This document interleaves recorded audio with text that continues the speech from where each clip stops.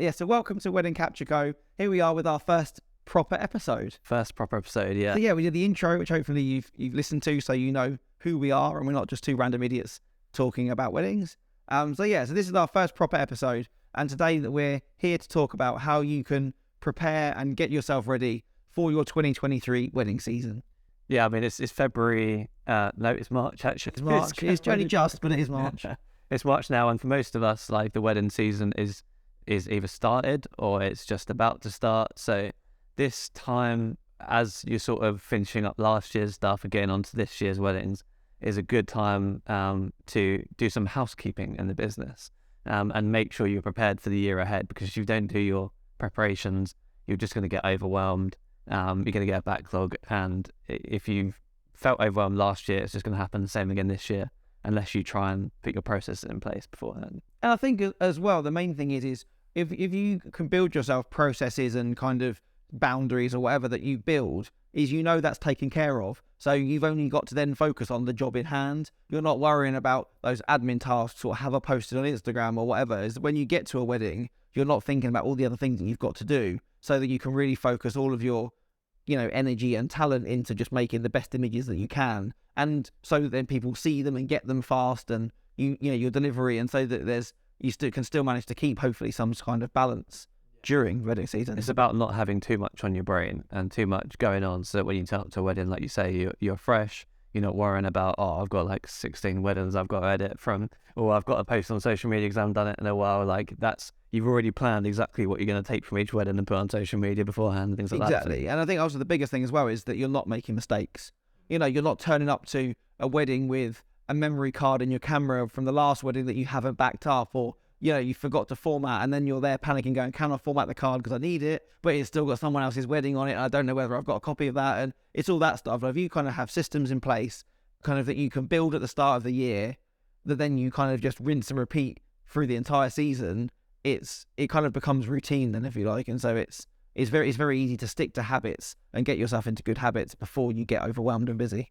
And it will take a while to nail down what works for you guys and your business, because it's taken us probably years to figure out what works for us. But it's a good place to start. It is, listening to us talk about, we're going to go delve into some points that we're going to make about, what's important to prepare for. And I think it's a good place to start on your business is different workflows and ways that you can go about preparing for the season, basically. And I think workflows and processes, I think, are at the core of any good business. I think you need to know the journey that you're going on and the tasks that need to get done. And if you have that laid out, it's just a case of working the way through them kind of methodically as it goes along. Yeah, exactly. So let's start with getting your workflows sorted while we're talking about workflows. And the point that I've written down is getting your client workflows, your project workflows, and your social media workflows. So client being the client journey.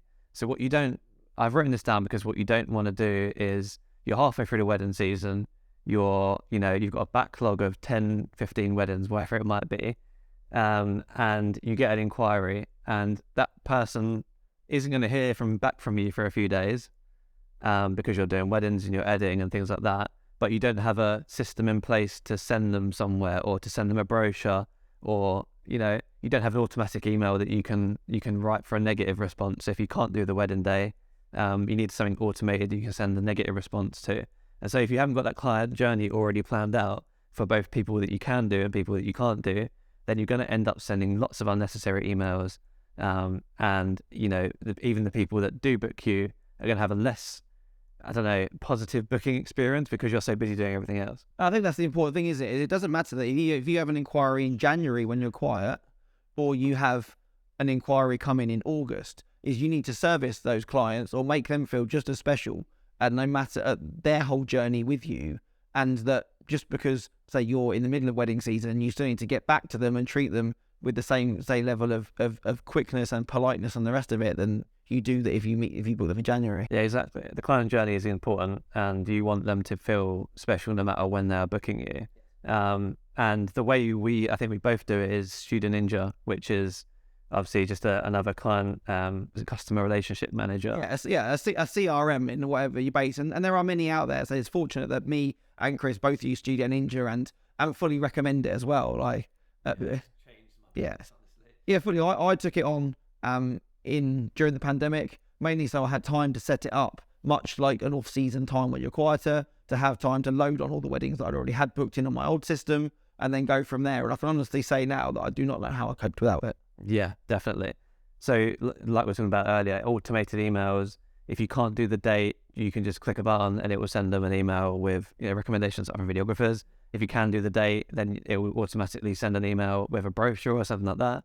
And obviously the journey itself, you can keep sending emails to clients throughout the process, in the 6 to 12 months leading up to the wedding. So they're constantly hearing from you. This is something that I haven't actually made the most of yet, but I do intend to. I think it's something that I've really started to work on in my off season, which I think is a really valid point that we've got it here, is building that workflow. And I had last year probably a very basic form of that workflow, and I've really tried to work some more touch points into it, or again using it to its full potential. That if you go to a wedding and you think, oh, it's even something as simple as all of my weddings that I've had have used that really crummy, dried up flower confetti, which is like dust. It looks rubbish on camera. It itches everybody that it touches.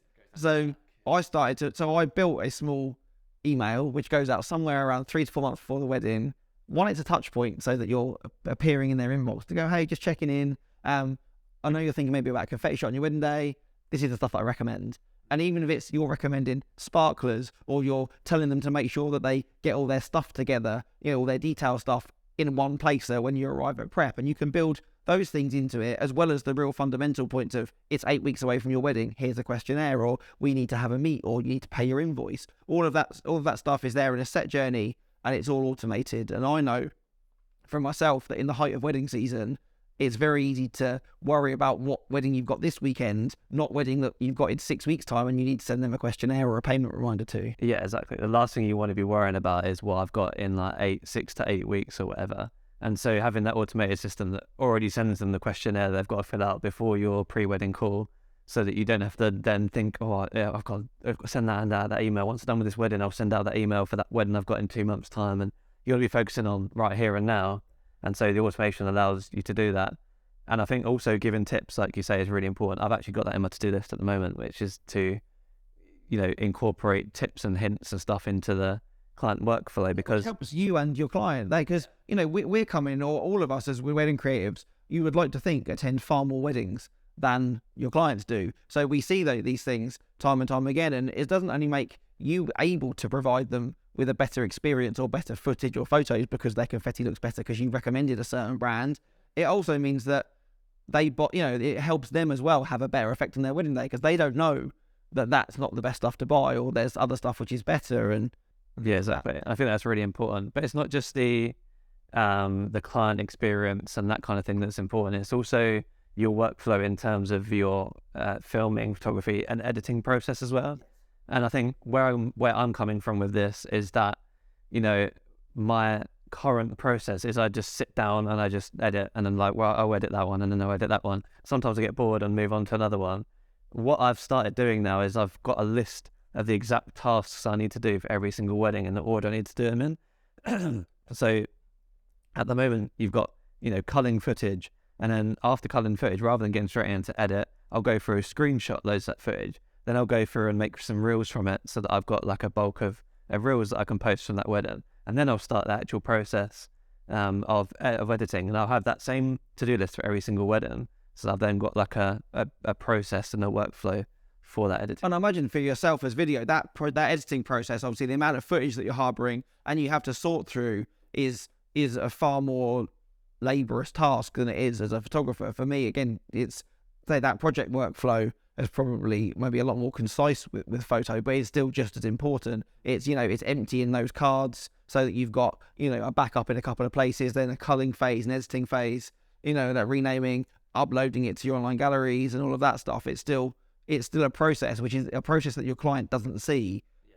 But if it falls down somewhere, and then you forget to back up a card, or you only cull from one card and miss one, or things like that, or you miss some shots, so they slip into the gallery unedited and things like that. There's a huge thing like backups as well, like putting it onto different hard drives and things like that. Like you wanna have those hard drives already ready. Yes. Make sure you've got enough space. for the last couple of years, because I've just upgraded, 4K and 10-bit and everything. I've had to upgrade all my hard drives, and I get to the middle of the year, middle of the wedding season, and I'm like, I've run out of backup space now. I've got to go and buy a hard drive. So you should already be planning ahead. But again, it makes it messy then that your archive's not all in one place. So I've done the same this year. I was always using like hard drives, like standard hard drives. But over last year, I started to move over to the small portable SSDs just to be able to back up at the end of a wedding day much quicker. So I found that this year I've already gone out and I've already gone and bought 2 SSDs of a sensible enough size that I think that I can get all of my year's weddings on those. So that if I want to come back, when I go and do my big backups for archive storage, or just want to go, I need to find those photos from that wedding, I'm only pulling from that hard drive, not going, April to June's on this hard drive, and then I bunged August on another hard drive because the new one from Amazon didn't arrive. And that's no way to archive and keep your work. And I think, the crux of all of this is about setting good habits and kind of making that space and taking that time now. So when you do roll through the door at midnight from a wedding, you literally go to that hard drive, you plug it in, and that system is there that you can almost do it on autopilot rather than in a pace of panic or not knowing what That's to do. important for you, for photographers especially as well, I think, because that archive is your source of, potential social media content. Yeah, exactly. So when it comes to, someone's anniversary or something, maybe I could post a video. You can just go on that archive, a picture, go on that archive, get a photo from their wedding, post it on, and you're done. That's it. I think, and then this is, I don't want to broach into too much of a full episode in itself, but just that file management side, so that you can go and find something from a wedding that you shot 2, 3, 4 years ago, or if something topical comes up, you can go, okay, that year's on that drive, their wedding was roughly that time of year, and it's easy to go in and you have a repeatable file management system across everything that you do across your archive. So it's as simple as it is to operate. Exactly. And that brings us to like the final sort of workflow section in its social media, which is like we were just talking about how, it's important to, your archive is your main source for social media. So that's good. But also so many of us, I know me in particular as well, I'll get into like a little habit. I'll post like every Wednesday or something. And then as soon as wedding season hits, I'm catching up. So I'm literally on the Wednesday, I'm there like, what do I post? Quickly, let's go and grab something from here and grab something from here. Whereas I think now is a really good time to nail down a schedule, what you want to be taking from each wedding, maybe, in terms of, do you want to take a quick story? Just write down, a list of things. This is something you can actually do, is write down a list of things that you want to be posting each week or posting from each wedding. You could also use this time to create reels, gather photos from last year's weddings and get a few posts together from those. And then from there, you can create a sort of schedule, and then you have a target to hit each week, and also a little bit of a backlog. So if you're really busy one week, you can just go back and get one of the things. I think that's it. Now there are so many scheduling apps out there. Like Tailwind comes to mind because that's the one that I use a little bit, or even just having drafts saved in your Instagram is the example that we'll use. Say just to have kind of some backup posts of good content there. And if anything, once you're into wedding season, it's far easier because you're making new content. So you've got stuff to post. It's just having that framework of a bank of hashtags or captions already pre-populated for the venues that you're going to go to, or having a schedule of when you need to post, so that, when you are far busier, you're not just scrolling back through hard drives going, I wonder what I could post, or that could be nice. You kind of have a schedule of going, okay, I know I'm shooting a wedding this Saturday. I'm going to preview that on the Monday so that I can have a kind of a framework built for that, so I can post those previews on the Wednesday.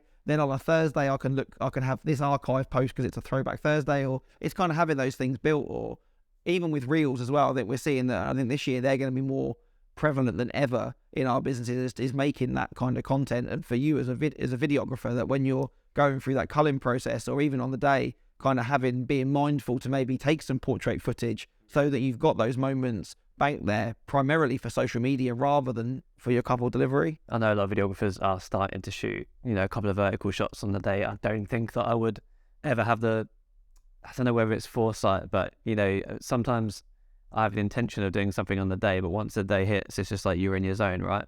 So I think what's going to be more practical for me is shoot a little bit wider. So then if I need to crop in for the 16:9, I can, but then also I've got a room for the vertical shots as well. Yeah, so you're not double shooting, so you've still got there for the deliverables for your client, but it's adaptable footage. Yeah, exactly. So usually I'd do that, close up of the couple's face together, but then you crop that into vertical, you've got lips, and that's it. So you'd come out a little bit, and then you could crop it for their film. But I think if you've got that in your mind, then you know before the wedding day, okay, I need some little bits. It's a little bit there more in your mind rather than you having to have that prompt on the day to go. And again, I still don't feel yet that I'm at a place where I want to be actively taking footage whilst I'm working. I don't want anything to take away from the shooting that I'm doing. So I wouldn't be like phoning one hand with the confetti and shooting with the other. But I think even just to get to, a quick pan of a venue in the morning, even a quick, story talking to camera during dinner or things like that. I think there's times that you can still make content without it impacting your practice to your couple. Yeah, I think that's one thing you're great at, and I always admire you for, is you're talking to camera stuff. You always find something to. But I think it's just a case of taking people along with that journey, and it doesn't have to include your couple. During, say for example, during dinner's a prime time for me that I'll probably go and scope my sunset spot. So just take a couple along with you. It gives you a hint of where you are, what you're doing, and it keeps that intrigue up on kind of social media. Or I know that if I get inquiries while I'm away from my desk at a wedding, it does say in that auto-responded email that my student in just sends. I may not respond for a couple of days because I'm at weddings, but if you want to keep up with what I'm up to, check out my stories. So you're feeding one workflow into another all the time, and again, keep servicing people that they're visible at what you're doing. I think that's important, and to build those habits. Definitely. And I think stories are really important at the moment as well, because they're the things that show up at the top, and the more they watch your stories, the more you'll start showing up in their little feed. I find that I don't scroll as much as I used to. I scroll that way on stories now rather than scroll people's grids. Or I find myself, if I see that they've posted in their stories, it might lead me away. But for the most part, I'm looking at stories far more than looking at the grid. Yeah, because the hot tip is that if you're scrolling through your feed, you've got adverts mixed in there, you've got suggested posts, whereas the stories bit at the top, that's just people that you follow, isn't it? From what I know. And then obviously there's adverts in between, but you're just seeing the people you follow at the top. And the more they watch your stories, the more you're going to appear at the forefront of their minds. So someone's just followed you and they watch one of your stories, that's it. You're in their little story feed at the top. And if you keep doing that, you're gonna. Before we're running away, okay. We're turning into a social media episode, which is definitely on the list, and we'll get there at some point. But it's very easy to wander through. So I think the first things that I want to do at the start of any season are set goals and set boundaries. They're the kind of before I want to think about clearing my hard drives or buy new kit or anything else from that. They're the main things that I want to do, is kind of look at the year, see how many bookings that I've got on board, how many more do I want against how many do I need. Obviously, because price changes that you make, as you increase, you have historical bookings on board that maybe you've booked a different price in, so it's not as clear cut as, I have 30 weddings in the book at £2,000, for example, I'm earning this much this year, because there's always going to be some smaller days or some days that you booked 2 years ago when you were at a lower price. So it's kind of looking at where your pricing is now, and also the main thing, how much time you want to have off. If there's certain weekends that you're going to book out at the beginning to go, no, this needs to be some holiday time for me, or that's my wife's birthday, I don't want to be shooting a wedding. So that when that inquiry comes in, I find it much easier to say no if I've already blocked that time out or booked something.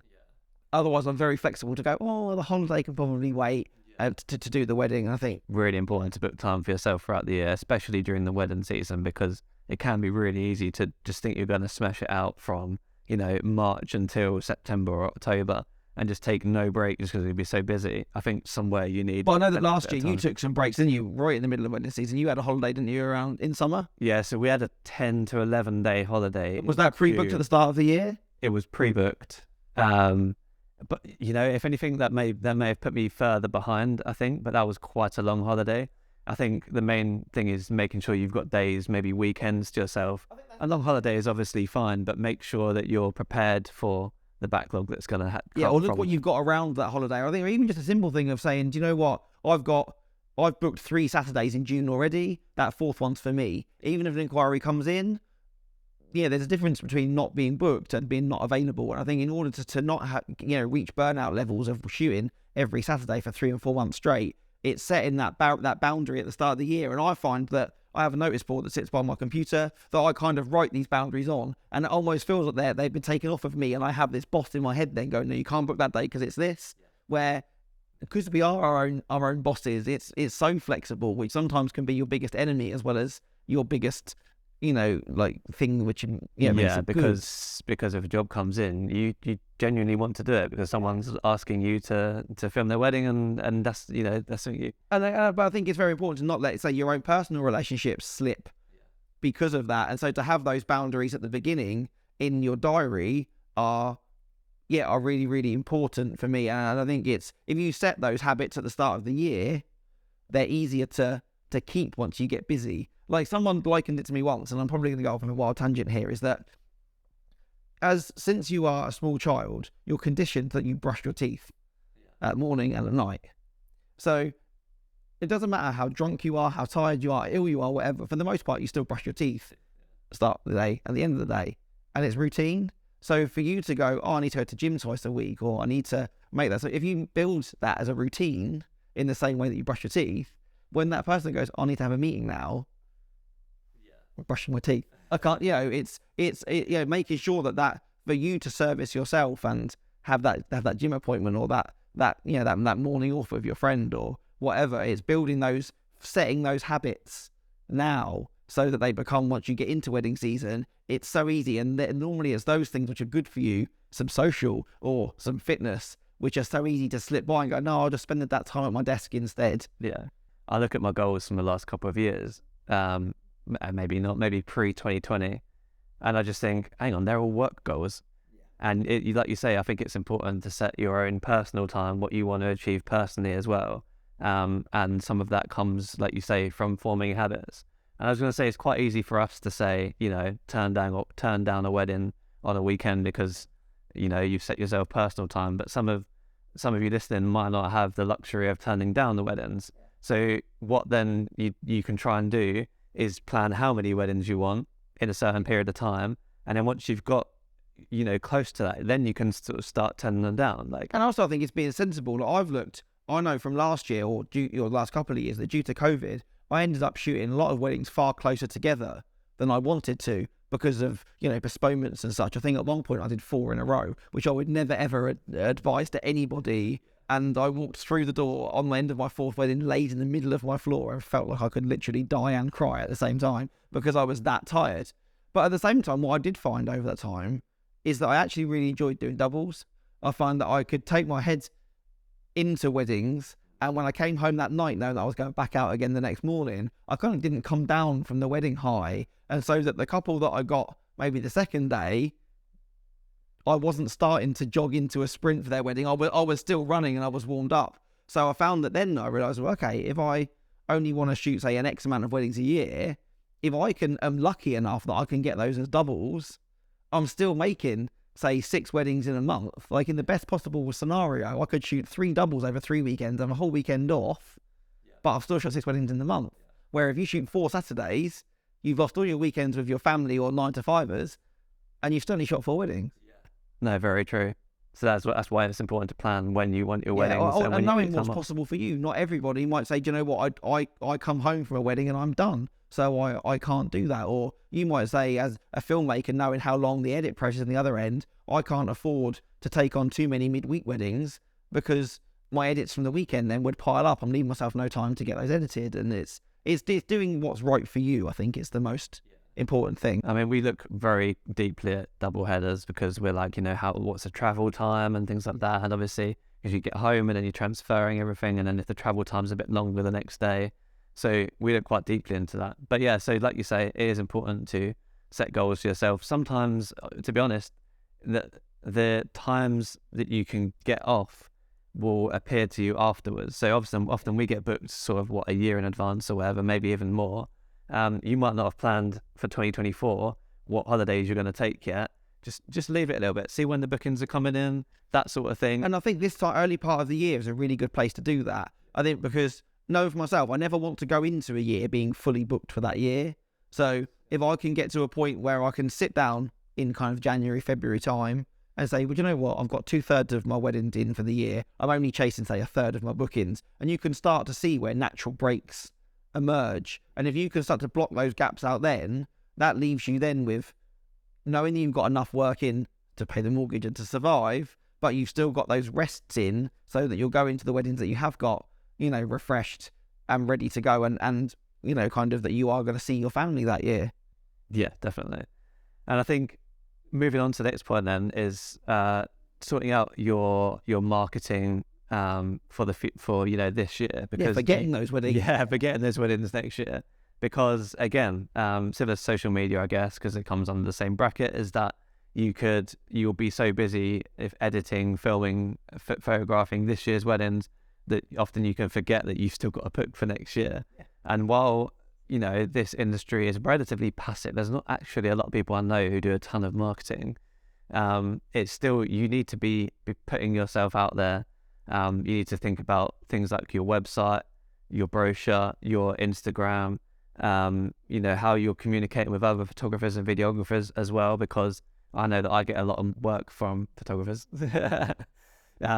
And yeah, you can easily get focused on this year and forget about what you're doing to get bookings next year. Yeah, I think it's that thing, isn't it? It's not just it's not like football, if you like, where there's not a set season. You have at this season, then you have an off season, and you look like we do have that, but the booking doesn't stop because you're fully booked for this year. You're looking at, so you're still trying to juggle that booking side of things whilst you're doing the shooting side for this. And what, going back to what we said at the start of the thing, is having that social media plan banked up. Is it so you're making the most of the content that you're making in order to attract those couples going forward? And I think if you probably look at the marketing that you do now and you wrote it down physically, a lot of people probably do more marketing than they think they do. Like, even being at a wedding is a marketing opportunity for people to see you working. I'm not saying you have to go around handing flyers out to the granny at the table. Happened, yeah, but you being there, being polite, being friendly, that is still setting a good example to potentially clients who are at that wedding. Going to a wedding fair, if you're recommended at a venue, a lot of you find that their showcases are this time of year, having those. If you want to start looking at doing any paid advertising because maybe you haven't got the bookings that you wanted, it's setting that stuff up, because it's not a quick process, and trying to just chuck money at an Instagram ad on a whim because you're busy in season and hoping that that's going to be a band-aid to booking more weddings. It's not the case. Where if you've got time now to sit down and put together a strategy for those campaigns, you're going to see a much better return on it.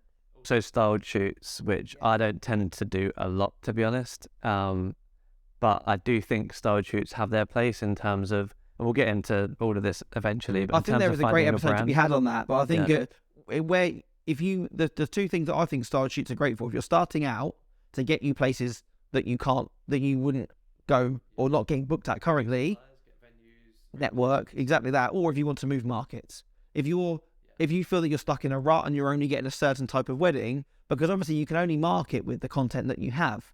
And if you're only getting a certain type of wedding, and then maybe it's not a wedding or the type of wedding that you want to move into, you need to get content in the weddings that you do need to do. So styled shoots at this time of year, like I say, are a great time to get out there, just meet some other suppliers in different areas of, not just in the camera wielding, I'm going to use kind of term industry of photo video, but meet florists, meet hairstylists. Because if you set a good impression to them and provide them with good imagery as well, they're going to market that on, and it's going to have your name attached to it. Yeah. I mean, it's actually quite interesting what you said about people market themselves without realizing. And I think what I said earlier about, not many people do marketing. We all are actually doing marketing by saying hello to people and being like, Is there a term of like passive marketing? Which I guess that is. Like for me going, I'm going to go to my local wedding magazine and pay a few £100s for an advert is a very active marketing strategy. But just being nice to somebody at a wedding, or say being referred to a job by somebody else, or tagging suppliers, and all those small things that you do kind of daily, probably without realizing, are still drawing couples in. And I think that leads on to a point that we spoke to earlier about workflows, is that you need to be looking at that data, which hopefully you're harnessing when you're getting inquiries, is finding out where those inquiries are coming from, so that then that marketing that you are doing is being well spent. And I know that I look at this time of year, that off season, is I look back over all of my inquiries for last year and see where my biggest sources are. Because if I'm paying for an advert in a magazine or on a website, I need to know that that's converting to inquiries. And if it's not, then you maybe look at cutting it loose or moving that budget into somewhere else. Yeah, definitely. Referrals and having something on your form that says, where did you hear about me, is really important, because then you do start to see where all the bookings come from. And we initially got a load from Google, but now it's often coming from Instagram, or it's coming from photographers, or it's coming from people who are at another wedding that we'd been at. And a lot of that is passive because it's just being friendly. And I think some of that as well, if you're looking at the start of your journey, is some of that stuff will just take time. Like I know that I shot weddings last year from guests who were at weddings that I shot 2 or 3 years ago. It just because there's not a bridesmaid with a ring on her finger at that wedding who's looking to get married the next year, it doesn't mean that you being friendly is not going to pay you back down the line. Or that mum of the bride that that you gave a really great experience to isn't going to go home and tell her friend whose daughter's getting married, or the lady at work, or whoever. And it's all of those things. I think that's those passive marketing things, although you're not spending out your money on them, are still or sometimes more valuable than the things that you've seen that you've invested in as marketing. Yeah, definitely. I think it's really important to have an infrastructure there once your marketing does work. So obviously there's no point in marketing if it's really hard to find you as a business or as a person. So things like your website and your brochure and the experience, we've already just spoken a little bit about the process and the workflows, but you want people to be able to find you pretty easily. So this is the time you want to be refining your website, making sure it's reflective of the clients, with all the couples that you're targeting, and also again getting that client experience. Recent, like the one that's that I've really worked on probably the hardest over my off season this year is blogging. Like trying to blog during wedding season is like pushing water up a hill. It just does not happen. And I think sometimes you need that kind of breathing space on those images to look at them 6 months down the line and to see it differently. When you're too close to a day, sometimes it's hard. But I think as a couple to come to your website, they want to see, or you want them to see, your most recent and best work. Not to say that you can't leave old stuff on there if it still holds up, but every year you want to be refreshing your website, your brochure with, your most recent work, because you would hope that you're improving year on year and that will be your best. And it's hard to do that during wedding season because you'd feel that you just updated it and then the next weekend you'd go and shoot a great wedding and you'd have something else to show. But I think at this time of year to look through your portfolio and kind of go, that doesn't fit with my brand anymore, or I don't want to retract that anymore, or do you know what, that sunset was great, but I shot one last year that was so much better that I can replace it with. So as much as the photos or the videos that you make, you're making them for your couples because it's their wedding days, you still got to see that as pieces of content which you're going to use to market to your future couple. Yeah, exactly. And I think it's important what you say about keeping it up to date, because also we found for us in particular that we've really found a style in the last couple of years, and we're trying to put the videos on our website to match that style, like not to go too much into it, but we're going for couples who want fun and celebration and not romance and love, basically. So we'll obviously put a little bit of both in there, but we're looking for couples that want to have fun on their wedding day, basically. And so we've mostly removed a lot of like small 30-person family weddings from our portfolio. That's not saying we wouldn't do them. If we got inquiries for a lovely couple, we'd take it. It's not necessarily going to go on the website because it's not the people we're targeting. But again, there's a whole other thing of finding your brand. It is, and I think that'll lead quite nicely onto our next episode, which will be coming up in a couple of weeks' time, which will be about kind of target clients and filtering inquiries that come in to make sure that you get the best clients for your style. But I think at the moment, it's also sometimes just spending this time at the start of the year to look across those weddings that you did and almost with quite a critical eye of your own work, because sometimes when you're in wedding season, you photograph your group shots in a certain way, or you set your cameras up in a church in the similar places to knowing what you need. And I think at the time you do that because that's the best way you know how. But when you look at it on the back end, you go, well, is it? Am I doing something because I'm stuck in my ways? And I found that at the start of the year, just to look back over, almost like you're a teacher doing a report card on your own weddings and going, well, do you know what? I shot the group shots in this place or on this lens, and it looks so much better than when I stood them against the wall and shot them really wide. So do more of that. And when you're in the day, you say you do what you think is right. But I think almost looking back and being self-critical over your work in order to push it on, or going, do you know what? I feel like my speeches game is really strong, but my dance floor images let the gallery down. You know that you need to go and do some training maybe on dance floor flash or whatever in order to. That is a really good point. It's really hard to look at your work as you're doing it and sort of critique it. But if you're looking at it fresh eyes a year later or the year afterwards, you can look back and sort of identify things. I know that last year I started the first couple of weddings with a gimbal in each hand with different lenses on, and I ended not using a gimbal at all. So refining throughout the year is important, but then also looking back and realizing what went well and what didn't to apply it to next year is important as well. But as a videographer who has had, quite a big backlog for the last couple of years, like not the same sort of backlog, but essentially like during the wedding season, it gets to a couple of months. It's a slow refining process because you're not looking at that wedding and culling that footage and editing that film until 2-3 months later. So then you can apply anything you've learned. So now is a good time to look back at, in bulk, your collection of work. And I think also I only feel that maybe my brain works differently to others, but you can only look at a wedding in a certain way at once. And I think when you're editing that wedding, you're editing it with kind of memories, your own memories of the day. If that was a really good wedding and you've got that excitement attached to it or that kind of personal relationship with the couple. And I'm not saying that wanes in 6 months, but I think you're able to detach yourself from, do you know what, that was still a great day. I've still made some great pictures, but how can I use what I learned on that day to make an even better set of pictures for my couples next year? You can kind of detach from they were so lovely, it was so great that wedding, and can't see any further than that, do you know what, if I'd have just moved them a little bit so the sun wasn't straight in our barrel, they would have had an even better set of pictures. It's using those things to do that, I think, is I think really you good. get away with that a bit more in video, to be honest, because each individual shot doesn't count as much as if you're looking at one photo.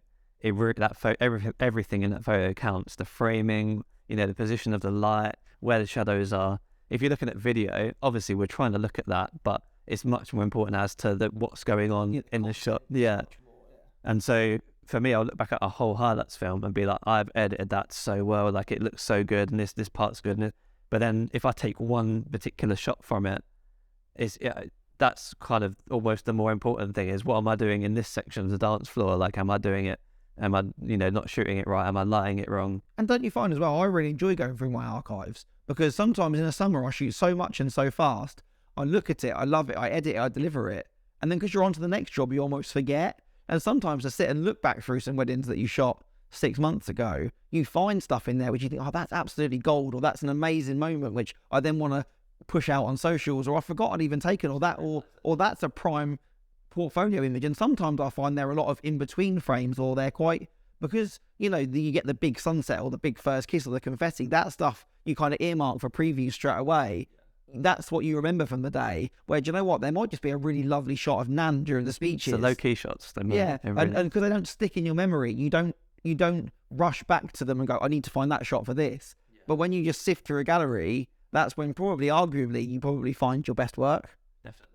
And I find exactly the same thing. Like, especially if I'm shooting a more, like a quieter wedding, I guess, that's not necessarily going to make the portfolio. Sometimes I want to end that wedding and be like, okay, this might not make the cut in terms of like the website or whatever.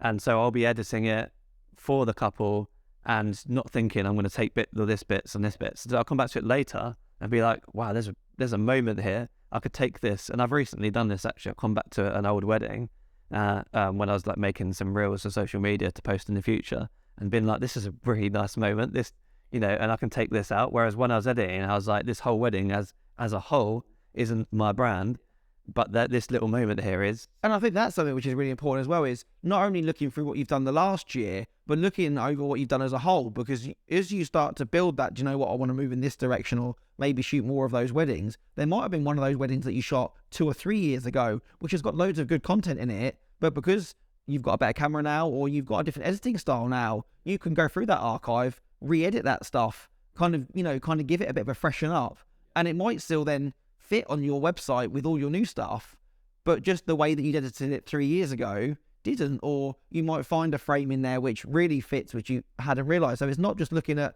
over the past season, it's looking at where you're at and what else you've got in your archive that works with that to market forward. Yeah, I've definitely gone through before and like looked at an old trailer or something and gone, do you know what, I could make that like suitable for me now, basically, and then put it on the website. That's it, because we all take raw footage, and even if you've been a photographer in the past 5 or 6 years, cameras have still been of a good enough quality that if you're looking for an image for a portfolio, you're not looking at putting it on the billboard at the end of your road to market with. That even if you shot it on a camera, say 3 or 4 years ago, it's probably still going to be of a reasonable size and quality. That with an edit through the latest version of Premiere or Lightroom, that it will still look as good. Yeah. Especially just if it's on the website, like cameras have been good enough to be, for pictures that big for a while. Like, and people, I'd say most couples are looking at the content of the photos as well, and the photos. I know if I'm looking at a photographer's page, I'm looking at sort of the first maybe 5 to 10 photos and what they are of, and if all of them are, a sort of full body shot of a couple, doing the poses and things like that, I know they're more of a sort of, I don't know what you call it, a fine art or what's it called? It's just a more kind of posed or less documentary style, really. Yeah. Exactly. But if the first 5 photos I see are dance floor shots, like ultra wide, someone raving, that sort of thing, I know this person's like is more interested in the tiny little moments. Yeah, you know what they're about, or what, and your couples know what you're about as a photographer or videographer by those first images. And I think that leads on quite nicely to one of the other points that I've got down is consistency. And I think if you want to use this time at the start of the year to look at maybe your base grade or your base preset and say, well, do you know what? I'm starting to move away from, I'm finding that I want to drop my saturation a little bit or ease back on my contrast. I think to do a full U-turn on your edit, you would have to go back through then the weddings that you'd shot in previous years with a different edit and regrade them so that where everything on your site still looks like it's coming from the same place. Or you do your tweaks, or I know that I do my tweaks to my base preset at the start of the season so that every wedding that you shoot that season looks the same. So that, and I know obviously the lighting's different, the venue's different, you're always going to get warmer, cooler, different lit situations. But if you're still working from the same base, people should be able to look at your work and go, that's a Chris film or that's a Tom thing, just because of the way of those colours that they are. Or if you're looking at investing in a new preset or something like that, I think to do that in the middle of season, there would be quite a disjoint in the work that you put out. Yeah, that definitely makes sense. And that's something that I didn't do last year is, and a mistake that I made is halfway through the year, I changed my preset. I essentially then saw another videographer who started using that preset as well. So then I changed back and created a new one. So now I've got a section in the middle of last year where it dramatically changes in color. And then I realized, maybe I don't want to do that because my films are looking too similar to this person, so I want to change. And now I've got, when it comes to creating the show reel, I've got a load of stuff that looks completely different. And has so to be regrade. Yeah, and I think it's all of that thing, again, which, without giving too much away for a future episode, is that all comes as part of building a brand or building something, is that you need kind of, a set of colours for your logos and the rest of it, but also a style of work and a style of editing, which people know is yours without having your name slapped in front of it or whatever. I think to make those changes now is kind of, it's part of, that's the good part of getting all your ducks in order at the start of the season.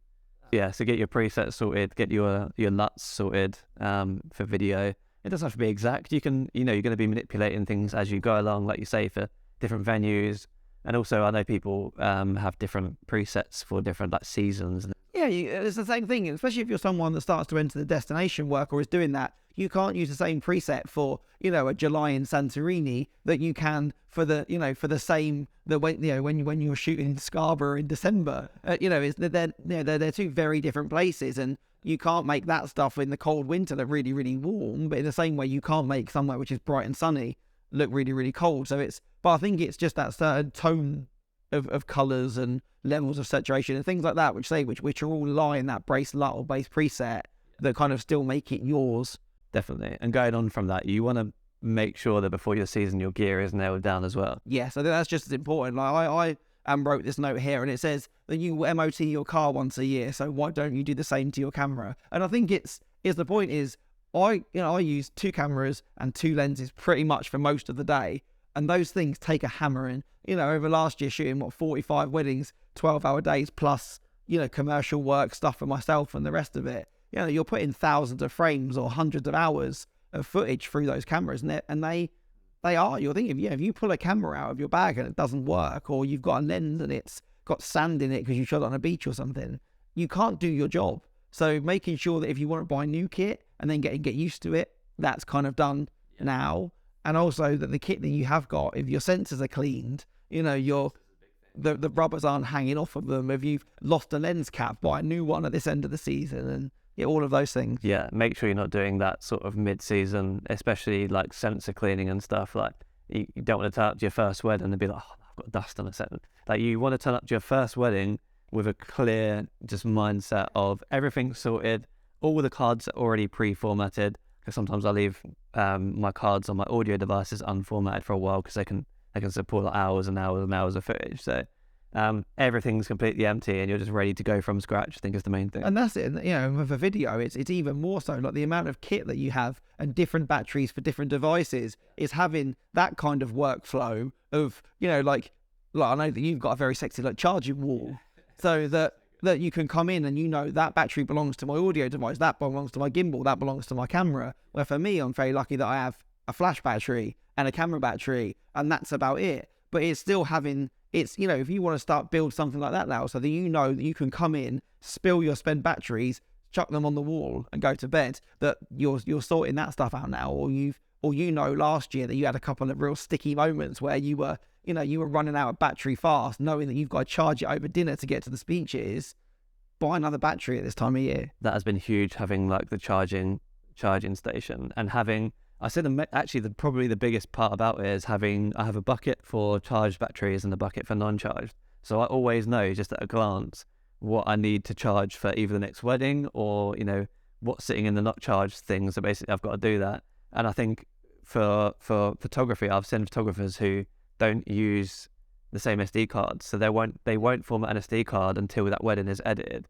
So if you're doing that, what you don't want to do is get back, just whack your SD card on the desk and then hope you're going to transfer it later. Yeah, and not know what's on it. And then you do, you know, if you shoot a double and you do the next day, then you don't know what's on what card, or even whilst they're in your bag. Like I know photographers that have like a pencil case or like a little like cloth bag of 2 different colours, and say that all my charge batteries are in the green sack and all my spent ones are in the red sack. So when you take the camera out, it goes in. So then you're like opening your bag and then potentially plucking an empty battery out in a moment of a tight turnaround because you've just left them in the bottom of your bag. Very true.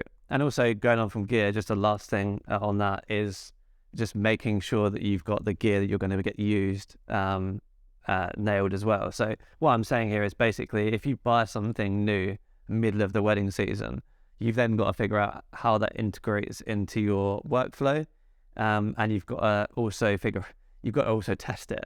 So you can't just go to a wedding and just rock up and try and use that, because there might be some things that you didn't know about. Unboxing it in the car in the morning to run in and use it. Like microphones, you need to test that microphone in every condition before you then go put it on a groom or something, because, you know, you need to be prepared for lots of different things happening during that. But for me in particular was, you know, I think I bought a new gimbal once, and took it to a wedding, thought it was absolutely fine. It was just shaking loads and it just something wrong with the firmware or something. But because I hadn't tested it thoroughly beforehand, it just didn't work out for me. So I was shooting handheld. And I think, you know, on the flip side to that as well is, and I think I like to think we're all guilty of this, and it's not just me that has a buying problem, is that if you've bought a lens and you haven't used it and it's just sat on your cupboard collecting dust for the rest of wedding season, is use this time of year to sell it and reinvest that money elsewhere, or looking at my kit or looking in your bag and going, well, what did I actually take out and use at the wedding last year and what didn't I use? What am I just carrying for that odd time? Like we were talking earlier and you were saying about, you know, having a super wide lens that you found that you were carrying it around to all your weddings, but you were actually only using it for one shot. So going forward, it's going, well, do I still need to have that £600, £700, £800 lens in my bag? Could I reinvest that lens into a better 35 and upgrade that lens, because that's what I'm using for 80% of the day? And I think it's, you know, it's all very well having that money sat in your business, but if you're not using the kit as well, time to sell that on and reinvest at this time of year is a great time to do that as well, because there'll be somebody else out there who wants to buy that lens for their wedding season, and so that, you know, that you maybe will find a buyer for it quicker than you will at the other end of the year. I think that's good. I think simplify, start again afresh. Everything's charged, everything's formatted. You got your gear to a point where it's only what you use, and then again, like you said, that frees up finances for the year as well. And I think a closing point before this runs into too much of a long episode is the most important thing, probably before you start to think about this stuff, is finish up your stuff from last year. And I found it, and it's the first time it ever happened to me was last year. From shooting so many weddings in 2021 going into 2022, it took me till mid-Feb to finish my December weddings from the year before. And I found it really, really tough to kind of get my head into this year and think of this year as a new season when my mind was still in finishing last season. And I know it's not always possible if you're shooting weddings, through December or through November and you've got longer edit times, is you can't get them all done before Christmas. This year I was fortunate, or last year I was fortunate that I managed to deliver my last wedding on Christmas Eve so that I could go into that Christmas period and then the new year with a complete clean slate, which was brilliant for me. And I would actively look to do that again this year. I'm so jealous about that. And I feel like I've spent the time that I've had really wisely to get this stuff in order, because I haven't had that hanging over me. And that's something that I would definitely plan for in years going forward. So I think that's the main thing. If you've got those edits, you've got USB boxes that haven't been sent out, or all of that stuff, is really make sure that stuff is not done, because once you start this season, it'll get forgotten about. And then that's bad practice from the couples that you've already had. You want to try and have as little to-dos for couples last year as possible. Like, I don't know, like photo albums and things just done, like anything that you need to send to them done. And then you don't need to have that's a line then crossed, and you're only looking forward rather than looking back. And that's so important, I think, to be firmly looking forward and just getting yourself excited about what's to come. And hopefully you've got a bag of great bookings in, or couples that you can't wait to work with. And if half your mind is still on, I need to get an album done for Dave and Sue that got married in October, you're not committing fully to the jobs you've got in front of you. And you owe your couples that, as well as you owe the couple that got married in October their album. So I think it's kind of like, if you put it into like an analogy of a ship, it's mopping down the decks, kind of getting all the stuff from the last journey stowed away, and then restocking and refueling and getting ready for the next journey of this season. Definitely.